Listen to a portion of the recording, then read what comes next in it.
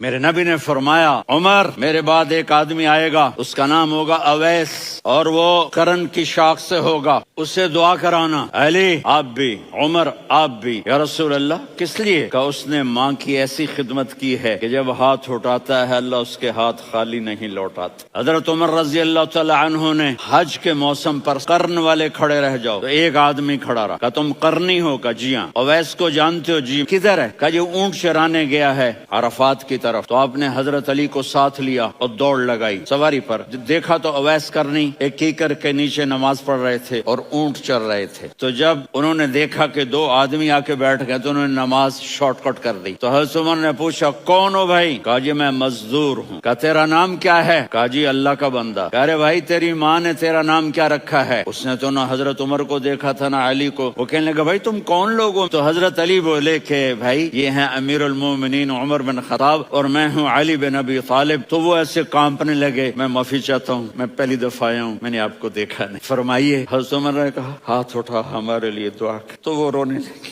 آپ نبی کے صحابی، میں عاجز مسکین، میں دعا کروں؟ میری اوقات ہے میں دعا کروں؟ کہاں؟ ہمیں ہمارے نبی نے فرمایا تھا اویس آئے تو دعا کروانی ہے۔ عمر اور علی جیسی ہستیوں کو دعا کے لیے کہا جا رہا ہے۔ پیچھے تہجد ہے؟ نہیں۔ جہاد ہے؟ نہیں۔ علم ہے؟ نہیں۔ کیا ہے؟ ماں کی خدمت۔